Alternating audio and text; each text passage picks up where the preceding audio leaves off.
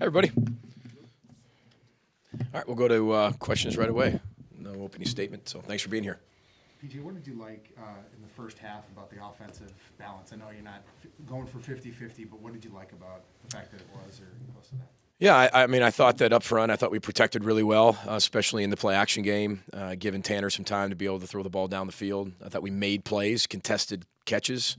They're really good in the secondary, so, being able to make those contested catches were huge for us, those 50-50 balls. And I thought we got Tanner into a rhythm really early, which I think was that helped us soften a little bit of the box, so we were able to have some success running the football as well.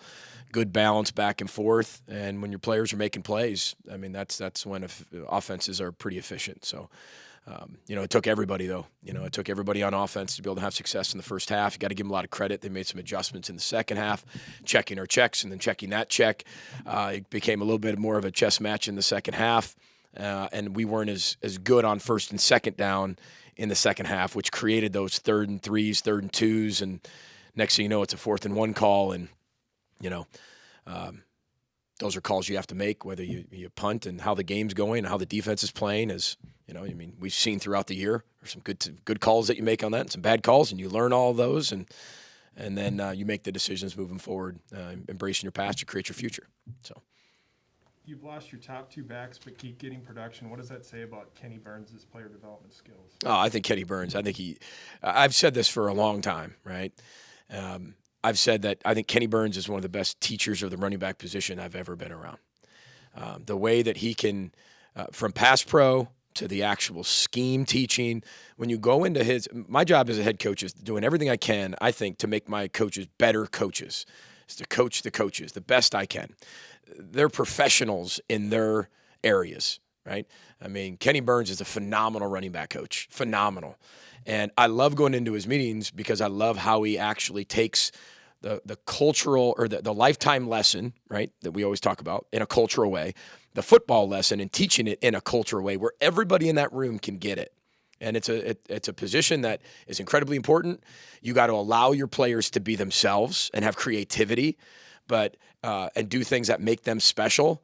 However, you've got to be able to do it within the confines of the actual play and the pure progression of what you read as a running back, from the pass pro to the actual run plays, and the ball protection and the ball security, which we emphasize by saying the ball is the program, and it's not just a slogan, it's something that's real. It's something that we take a lot of pride in. And Kenny Burns is one of those guys that, he's a phenomenal teacher. He's been with me an awful long time. And he's a huge part of our program, our culture, and he's doing a fabulous job with those guys. And it also says a lot about up front, how everybody works together and plays complementary football, not just offense, defense, and special teams. And we have a lot to get better at. A ton. But we're playing complementary football where the offensive line knows that we've got to even do a better job. Tight ends know they have to do an even better job to help our young backs. And everybody wants to do that. It's one thing to say we have to do that. It's another thing to get your team to want to do it. And they all want to do it for each other, because things like that happen. It's one of those years where it's happening to us. But, you put your oar back in the water and you just row and you keep moving forward. And the belief system's really deep amongst all of our players that they can do that. So, but back to your original question, I think Kenny's doing a really fabulous job of coaching those guys. What has clicked for Michael Brown-Stevens in recent weeks? I think Michael Brown's a great example, Michael Brown-Stevens, of embracing your past to create your future. He has really made himself into a really good wide receiver, but he's had to learn an awful lot. He's had to fail an awful lot, mentally, physically, emotionally. The standard's incredibly high at the wide receiver position, and he's a guy that he can really run, and we all know that. But just because you can run doesn't make yourself a really good football player or a really good wide receiver. I think Matt Simon and him have done a really good job of connecting of what makes the complete wide receiver a complete wide receiver, from the blocking to the pass catching to the route running, and using his speed to his advantage, but also putting him in the right positions where he can be successful. But when opportunity knocks, you have a chance to either, to open the door or keep it shut. And he's opened the door. But he's had to grow up. He's had to mature. He's had to be able to fail a lot to get there. And his resolve is inspiring because there's been a lot of opportunities where he probably could have quit, thrown in the towel, and he never did. And he's only gotten better and better. And this is just scratching the surface for this young man. He's still got 4 years of eligibility when you look at the whole, how this whole thing works. And he's playing at a high level for him. And he'll continue to do that as the year goes on because, Matt Simon's going to keep expecting the most and keep raising the bar of the standard in that room, which has basically been a revolving door, with injuries, with, tragedy in people's family and things like that happening. So you never know when your time's going to come where you have to be able to perform. And I tell our players that all the time. That none of you really know when the opportunity is going to come, but you need to be ready for it. Some opportunities come faster than others. Some you have to wait a little bit longer. But take the waiting out of it and go be the best you can be. And then when it does come, you'll be ready for it. And he's done that. PJ, you were real complimentary of the game plans from both your coordinators on Saturday. I guess you think some of that was a product of having a little bit more time with the bye week. Was there some reassessment you think that went on? That's a great question. I think it's a combination of all of the things you're talking about. I think that, we've had, when you look at our skill players and our playmakers, right, this game's about players making plays, right? I mean, Mike McCarthy used to tell us our job as coaches is to teach and demand, and players' jobs are prepare and perform at the end of the day, right? And when you kind of have a revolving door, when you look at Mohammed and Trey and Crab and Dalen and Daniel, you never really know you don't really know when it's going to happen, but there's this congruency and there's this camaraderie and there's this feel and this flow that you work on all off season. And then as you go through the year, that gets disrupted, injury or family tragedy or things that are beyond your control. And there is that familiarity, and you're doing everything in the off season to build that. And then sometimes that is taken from you. And then there's some times where it's taken drastically from you, and you have to respond to that. And I think that we had, for the first time, maybe a little bit more than we've had in the past, of familiarity amongst our skill players and knowing what we're going to get out of everybody and going through those 2 weeks of major self-scout, game planning each other, knowing our tendencies, even with players that are kind of rotating in. But I thought that they took what we're really good at and the skill players that we have and put them in the best chance to be successful. The players prepared incredibly hard because we know how good Nebraska is and how well they're playing, how well they're coached, and went out there and performed. And when the opportunity knocked, they answered. And we just have to be more consistent as the year goes on. PJ, what went into Cam Wiley's decision to transfer? Once they hit the portal, my philosophy is I don't really say much to them. I mean, about them, I should say. Cam Wiley's an awesome young man, and sad to see him go. But there's some reasons why he wanted to go and get closer to home and his family, and I wish him all the best and support him 100%.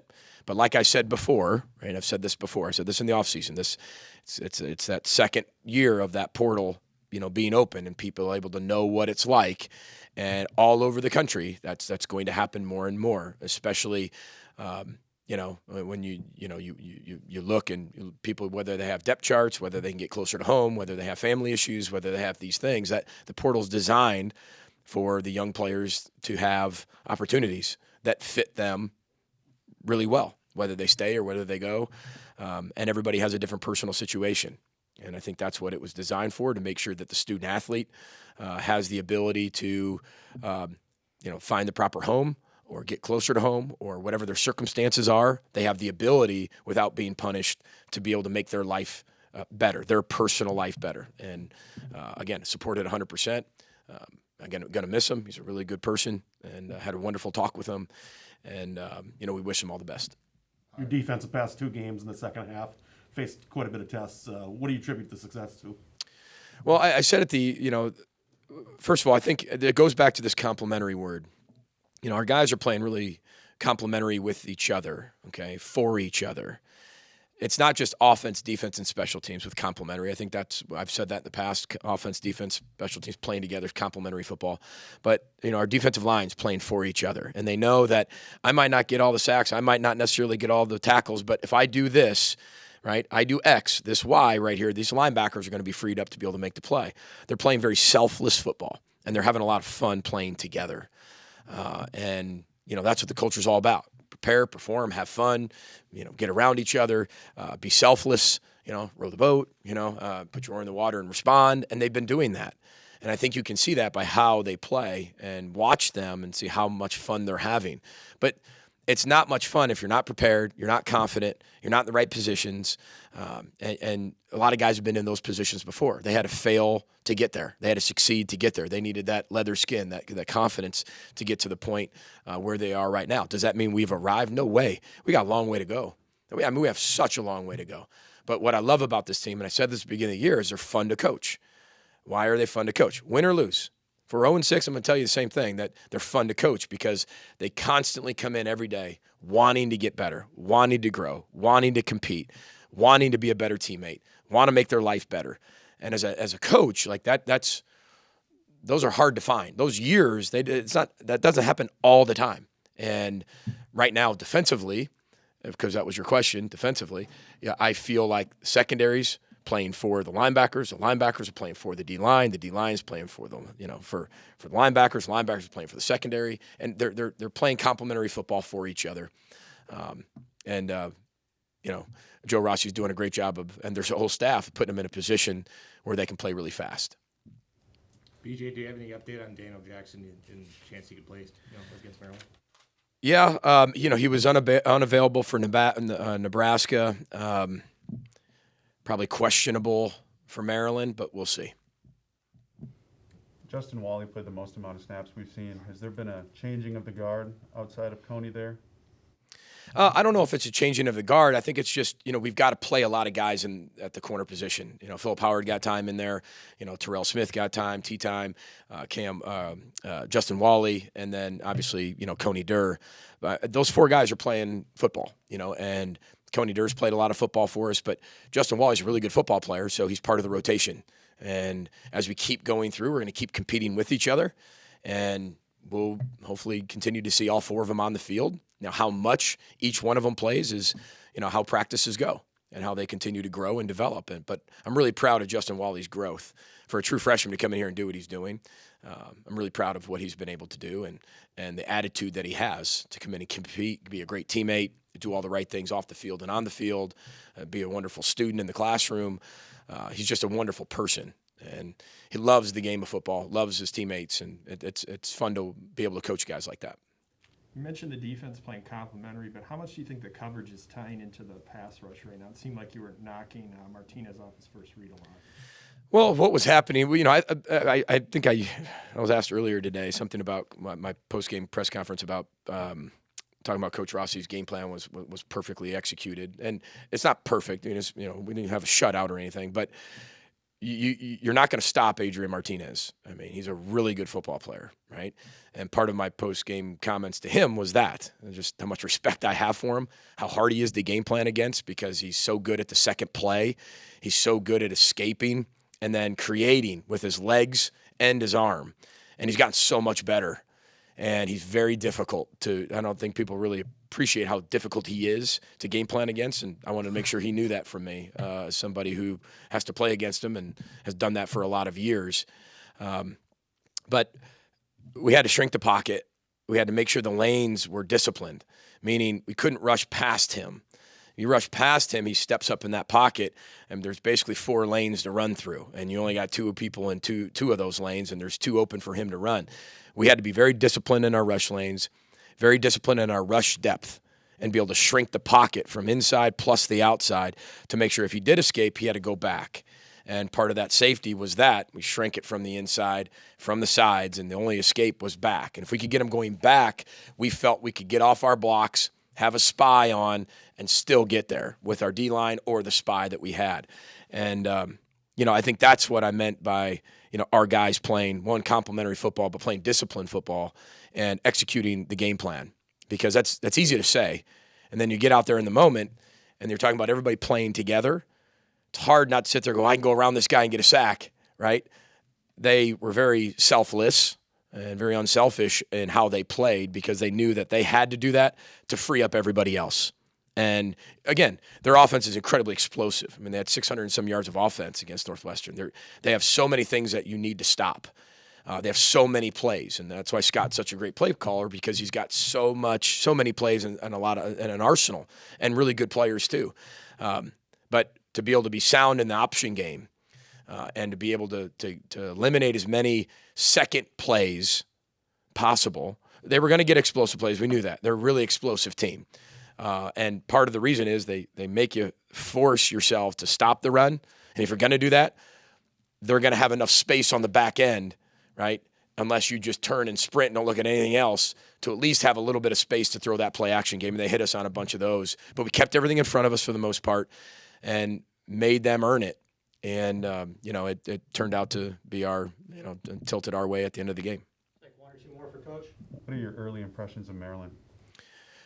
Well, I think everything starts around the quarterback on offense. I mean, he's an incredible creator. They have skill everywhere. In the backfield, at wide receiver, they're very big and physical up front. They want to be as balanced as they possibly can be, but everything revolves around the quarterback. And last year, I mean, he absolutely hurt us, and he hurt us in every way possible, with his arm, with his legs, and he's a creator. I mean, he's one of the best creators in our league, and very similar to Adrian. That he just creates and creates and creates. So we have to be incredibly sound on defense. We got to do a great job with the ball. We got to get takeaways. We didn't get any takeaways this past game. Some people will call fourth down stops takeaways. Those are fourth down stops. All right, we want more takeaways, right? And at the end of the game, Coach Rossi and I are joking around. He's like, "How about those takeaways?" And I was like, "Wait a second, those aren't takeaways." He's like, "Well, we joke around with each other what takeaways are and what they aren't, but." You have to be able to get takeaways. You have to in the Big Ten. And I think, there's teams in our conference that prove that all the time. When you get takeaways, you can win a lot of games if you hold on to the ball. If you turn the ball over a lot, you're not going to win as many games. We got to tackle really well against them on their offensive side. Got to break tackles, and then we have to have explosive plays and limit their explosive plays. They got really good playmakers on the outside. Defensively, very sound, do everything they can to keep it in front of them. They've got a lot of experience. And, we're going to have to play really sound football. But, it's only Monday morning, so there's probably only, 16 hours of work done already. But we got to get going on that, and our coaches are doing that right now. Do we have one more, or is everyone else set? PJ, you talked about the personalities on the defensive line. Obviously, they've played a lot of football. Is there a collective personality that you think for those guys? In terms of a word, or just? Or just like how they act, how they, teammates, anything. Well, I don't think there's one word to describe that room. There's a lot of personality in a defensive line room. Always has been, but these guys they all love each other. I mean, they sacrifice for each other. They do a ton of community service together. I mean, get around. You need to talk to, I think, some of our defensive linemen. They have unbelievable stories. Not only that, they have incredible personalities. Trill Carter is constantly in elementary schools, constantly. And those little kids love him.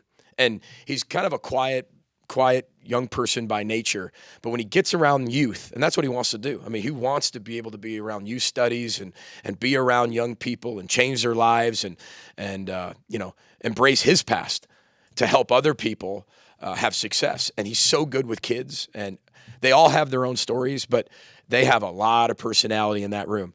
I enjoy going in that room for a position meeting because there's no meeting ever the same. And but they all respect each other. They play well together. They hang out with each other. They're constantly around each other. And they've played a lot of football together. And they've been through a lot together. And I think the more you've been through as a position group or a unit or as a team, the better you can be. It doesn't promise you're going to be better, but it gives you the better chance to be, because that failing and that adversity and that muck and that grind, that's part of becoming really successful. And they've enjoyed the best they can the journey. They've enjoyed the growth, and that's very difficult to find. So they're a fun group to coach. I know Coach Wilt there's never a day that's the same. It's always eventful because there's a lot of them. That's one of the offensive line has a lot of players, and so does the defensive line. And there's a lot of personality in there. But I'm proud of the progress they're making. We got a long way to go. We got a lot of really good football teams we're going to play coming up, just like we did with the really good football team against Nebraska this past week. We got to keep changing our best and finding ways to win football games and keep getting better. So appreciate everybody being here. Row the boat, Sky Mont, go Gophers. Thanks a lot.